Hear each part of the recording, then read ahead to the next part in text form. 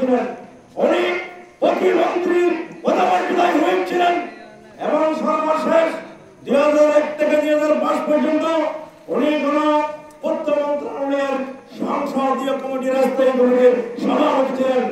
আমরা এই মন্ত্রণালয়ের কাজ কি আমরা হয়তো অনেকে জানেন না। উনি চাইলে বাংলাদেশের প্রত্যেকটা জেলায় জেলায় ওনার পরিবারের নামে শত শত কোটি টাকার সেই গণপূর্তের টাকা লিজ দিতে পারত, কিন্তু কোন জায়গায় ওনার নামে সমাজ জমি উনি লিজ নেয় নাই। এইটাই হচ্ছে জিয়াউর রহমানের ঘনিষ্ঠ সহচর এই শাহজাহান চৌধুরী হচ্ছে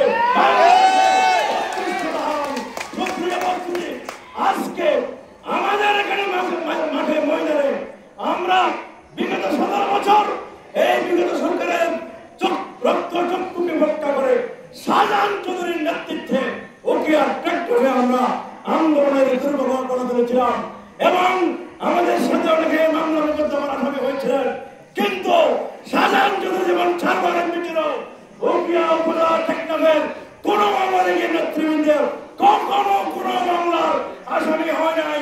যদি কোন মামলার একটা এজাহার দাঁড়াতে পারে তাহলে আমরা দুঃখ প্রকাশ করবো।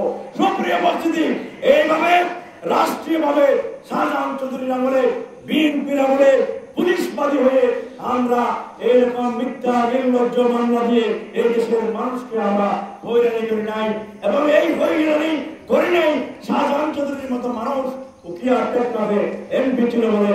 এই একজন নির্লিপি মানুষ, অনেকেই বলেছে ওনার সামনে এত ওনার সুনাম করা এটা অন্যায়। ওনার উপস্থিতিতে বলার অনেক কথা আছে, আপনারা আমাদের বক্তব্য শুনেন সবসময়, আমরা বলবো। এখন একটি পক্ষ যারা বিগত সময়ে আমাদের সহযোগী ছিল, আমরা এখনো তাদেরকে সহযোগী মনে করি, কারণ এখনো আমাদের রাষ্ট্রীয়ভাবে তফসিল ঘোষণা আনুষ্ঠানিকভাবে হয় নাই। যেহেতু আমরা মাঠে ময়দানে আমরা ফ্যাসিবাদ বিরোধী আন্দোলনে একসাথে ছিলাম, একসাথে আছি। আমরা কিন্তু তাদের বিরুদ্ধে ফেসবুকে মোবাইলি এবং এদেশের মানুষকে ইসলাম এবং ধর্মের দোহাই দিয়ে আমরা কোন মিথ্যা প্রচারণায় লিপ্ত নাই। আজকে ওনাদেরকে ভোট দিলে বেহেশতে যাবে আর অন্য দলে ভোট দিলে দুর্যোগে যাবে। ফেসবুকে আপনারা দেখতে চান, যদি আমার এই কথা মিথ্যা বলি, আমার অনেক অনেক রেকর্ড ভিডিও আমার কাছে আছে, আমি প্রদর্শন করতে পারবো। আজকে আপনারা তাহলে 2011 সালে ধানের শীষের প্রার্থী হিসেবে আপনারা 30-40 আসনে নির্বাচন করেছিলেন। আপনাদের যখন প্রতীক ছিল না, তখন বিএনপির প্রতীক নিয়ে আপনারা ধানের শীষ প্রতীক নিয়ে নির্বাচন করেছিলেন। ওই 11 সালের নির্বাচনের অনেক এমপি প্রার্থীও মৃত্যুবরণ করেছে এবং ওই জামাতের যে প্রার্থীদেরকে ধানের শীষে ভোট দিয়েছিল অনেক ভোটার মৃত্যুবরণ করেছে। তাহলে ওরা কি বুঝে যাবে বলেন? তাহলে ধানের শীষে ভোট যারা দিয়েছে জামাত ইসলামের প্রার্থীকে, ওনারা কি বুঝে যাবে বলেন? যাবে। এবং গত কয়েকদিন আগে আমার এলাকায় একটা গ্রুপ গণহত্যা করতে গিয়েছে, সেখানে বলছে বাবি বর্তা জানা করে করুক, আপনি আমাদের ইসলামের পক্ষে একটা ভোট দেবেন।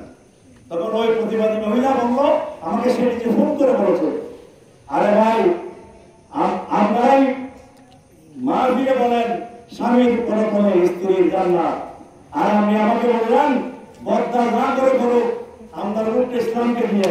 এটা ইসলাম বিরোধী কথা নয়, ইসলাম বিরোধী কথা নয়। আপনারা এখন গ্রামে গ্রামে তালিম দিচ্ছেন। 17 বছর আপনারা কোথায় ছিলেন?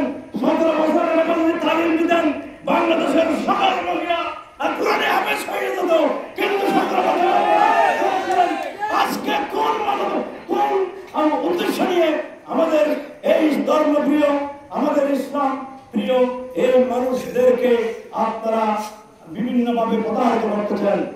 আমাদের নীতি আদর্শের কথা আপনারা বলেন, আমাদের নীতি আদর্শের কথা আমরা বলি, ওনারা বলে আমাদের দলের কোন নীতি আদর্শ নাই। আমাদের নেতা শহীদ প্রেসিডেন্ট জিয়াউর রহমান 19 দফা কর্মসূচি দিয়েছিল, সেই ভিত্তিতে বিএনপি পরিচালিত হয়েছিল, এই রাষ্ট্র বিএনপি পরিচালিত করেছিল।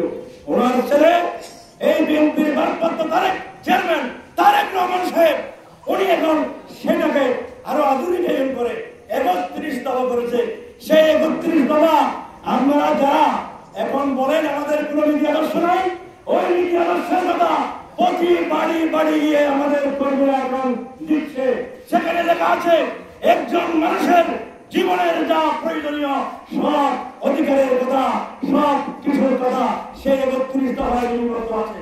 এগুলো আমাদের নেতা যারা সাধারণ আমাদেরকে বলবেন। আমি বক্তব্য